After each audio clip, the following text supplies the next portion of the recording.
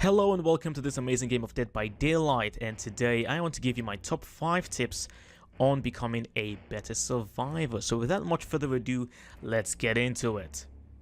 Now the very first tip here would be to avoid gen rushing. Now by gen rushing I mean when the game starts and you immediately begin to start working on a generator without even knowing who the killer is or where the killer is.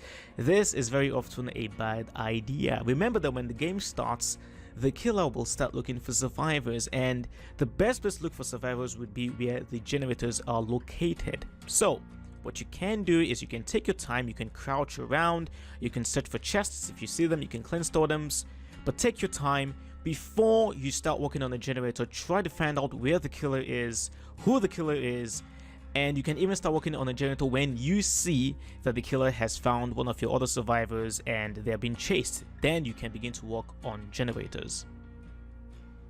Tip number 2 here would be to practice better altruism. And yes, I am talking about the real type of altruism where you genuinely care about saving your fellow survivor, helping them, and not the type of altruism where survivors farm other survivors for points.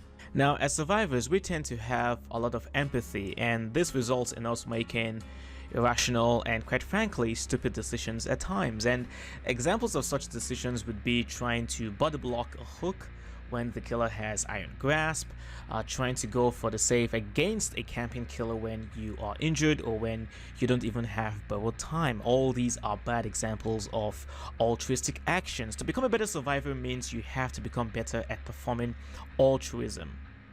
Examples of good altruism would be waiting for the killer to leave before going for the save, arming yourself with good altruistic perks like borrowed time, will make it, and maybe even empathy. Also in public matches, do not be the survivor who goes for the save when you don't have borrowed time, especially when things are desperate, when it's the end of the game, the exit gates have been opened, and your fellow survivor is on a hook.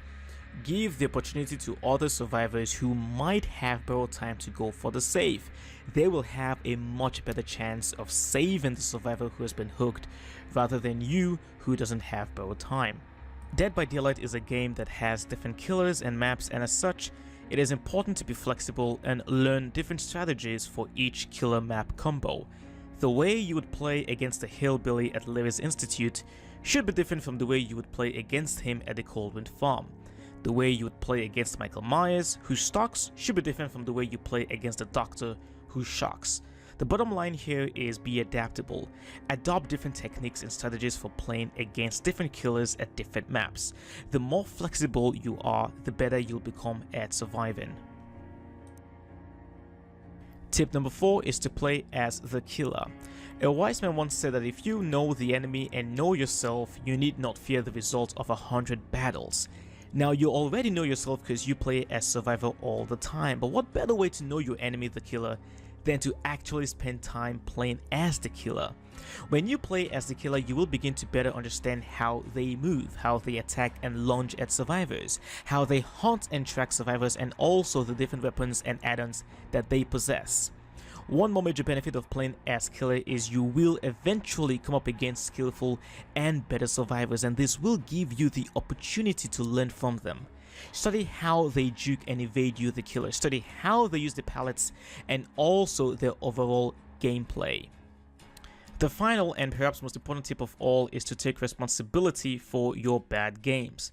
Many times as survivors, we tend to blame everyone and everything else but ourselves for our misfortunes. We come up with all sorts of excuses like, the killer camped, the killer tunneled me, my teammates were awful, I was just unlucky, and sometimes we even blame a non-existent lag.